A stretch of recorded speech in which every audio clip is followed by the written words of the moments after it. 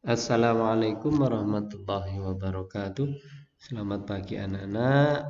Marilah kita lanjutkan pembelajaran hari ini. Kita hari ini melanjutkan materi akidah akhlak, yaitu pada bab yang kedua, yaitu Asmaul Husna. Silakan anak-anak bisa menyimak video ini sambil kalian memperhatikan pada LKS kalian, yaitu pada halaman yang ke-20. Nah, silakan diperhatikan halaman 20. Nah, anak-anak sekalian, Asmaul Husna adalah nama-nama Allah yang baik yang dimiliki oleh Allah Subhanahu wa ta'ala. Jadi Asmaul Husna mungkin sudah pernah kalian pelajari, yaitu berjumlah 99. Asmaul Husna juga menunjukkan sifat-sifat yang dimiliki oleh Allah Subhanahu wa ta'ala. Oleh karena itu kita harus mengenal nama-nama Allah tersebut. Nah, untuk pembelajaran hari ini, untuk pembelajaran Asmaul Husna yang kedua, bab yang kedua, kita akan mempelajari dua Asmaul Husna, yaitu Al-Wahhab dan Ar-Razzaq. Nah, langsung saja, apakah yang dimaksud dengan Al-Wahhab? Al-Wahhab adalah bahwa Allah Subhanahu wa ta'ala itu adalah Maha Pemberi Karunia. Nah, sambil kalian menyimak pada buku LKS kalian, yaitu pada halaman 21.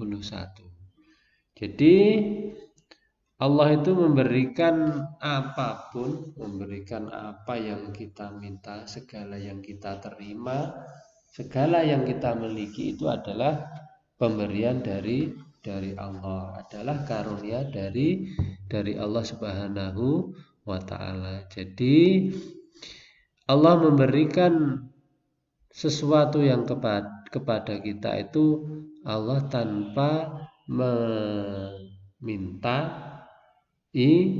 imbalan. Allah memberikan sesuatu pada kita itu tidak mengharap imbalan. Karunia itu adalah sesuatu yang diberikan tanpa ada balasan atau imbalan. Nah, kalau kalian lihat di sini ada induk burung yang sedang memberi makan kepada anaknya. Nah, padahal burung itu tidak mempunyai apa-apa ya anak-anak ya. Jadi untuk makan sehari-hari itu harus mencari. Jadi apa yang dicari oleh burung ini adalah semuanya diberikan atau dikaruniai oleh Allah Subhanahu wa ta'ala. Jadi intinya Allah adalah Maha Pemberi karunia. Jadi karunia adalah sesuatu yang diberikan tanpa mengharap imbalan. Sebagai contohnya, Allah itu memberikan karunia kepada makhluknya di dunia ini. Seperti contohnya itu manusia bernafas. Allah Subhanahu wa ta'ala menyediakan udara yang mengandung gas oksigen dan karbon dioksida. Untuk manusia minum, Allah menyediakan air.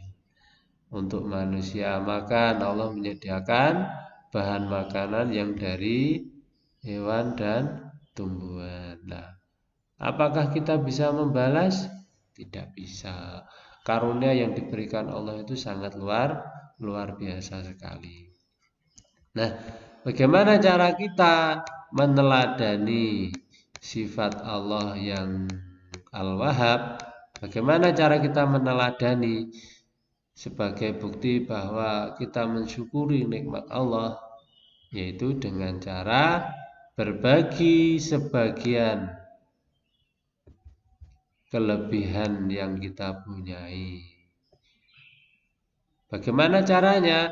Bagi yang mempunyai ilmu, kita bisa mengajari teman-teman yang belum paham tentang suatu hal. Misalkan pada pelajaran, kalau kita kurang paham, kita bisa membantu teman kita untuk mengerjakan atau menuntaskan pekerjaan yang tidak bisa. Tangan kita bisa kita manfaatkan untuk membantu teman yang membutuhkan bantuan. Orang yang suka membantu orang, maka orang yang suka membantu orang yang memerlukan bantuan, Allah akan senantiasa membantunya. Jadi kalau kita suka membantu orang lain, orang yang memerlukan bantuan, maka Allah akan membantu kita.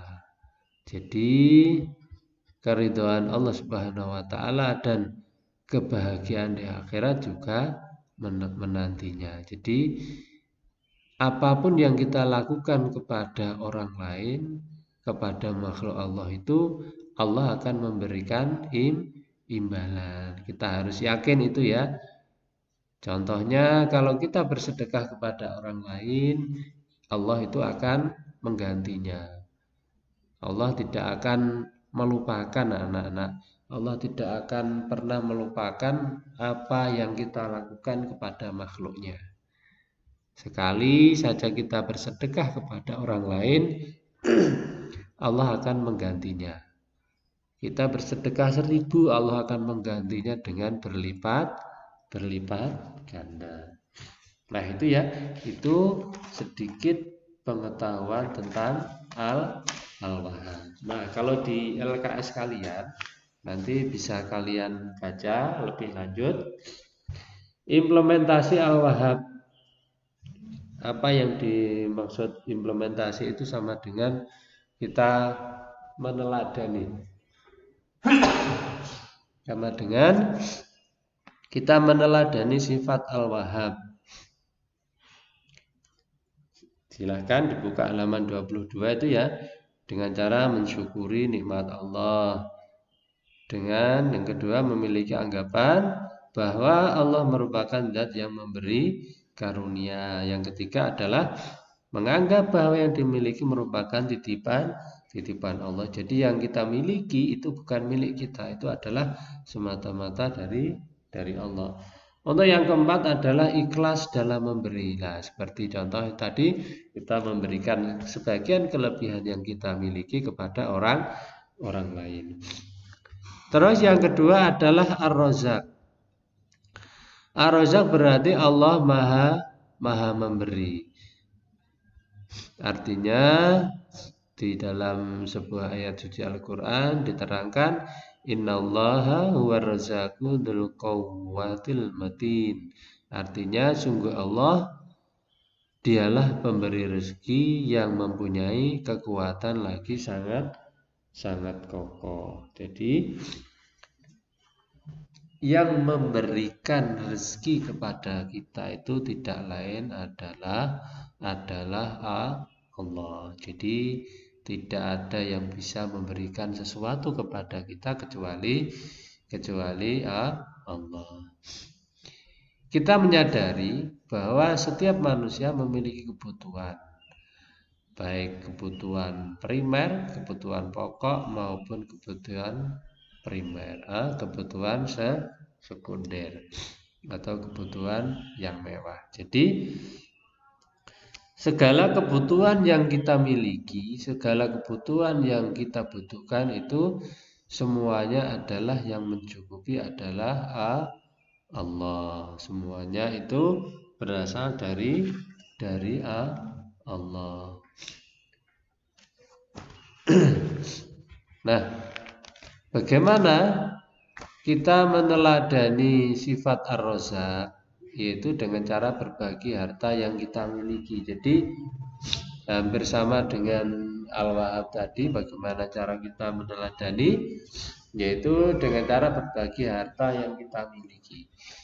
Kalau kita punya kelebihan, kita harus memberikan harta kita kepada orang lain. Seperti pada halaman 23 pada LKS kalian, yaitu keteladanan Ar-Razzaq, meyakini bahwa Allah Subhanahu wa taala menjamin akan hambanya. Jadi Allah Subhanahu wa taala itu menjamin rezeki hambanya.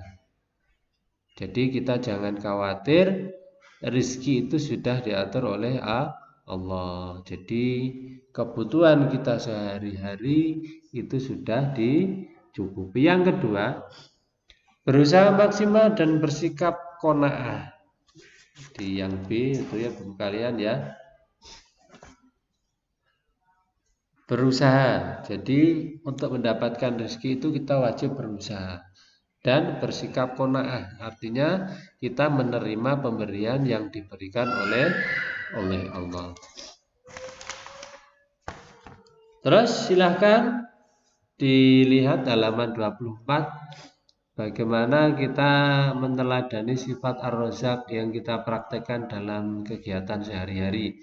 Pada perilaku yang pertama, gemar berbagi harta. Silahkan dilihat halaman 24. Yang A, berbagi harta. Yang kedua, menolong orang lain di sekitar kita. Yang ketiga adalah meyakini dengan kuat bahwa Allah satu-satunya pemberi rizki. Yang keempat, mengucapkan syukur. Yang terakhir adalah memuji Allah sebagai pemberi rizki bagi seluruh makhluknya. Itu ya anak-anak ya. Jadi kita harus yakin bahwa yang memberi rizki yang wajib kita syukuri adalah semuanya dari Allah Subhanahu wa taala. Demikian anak-anak yang dapat saya sampaikan. Semoga apa yang kita pelajari hari ini menjadi ilmu yang bermanfaat. Sekian. Wassalamualaikum warahmatullahi wabarakatuh.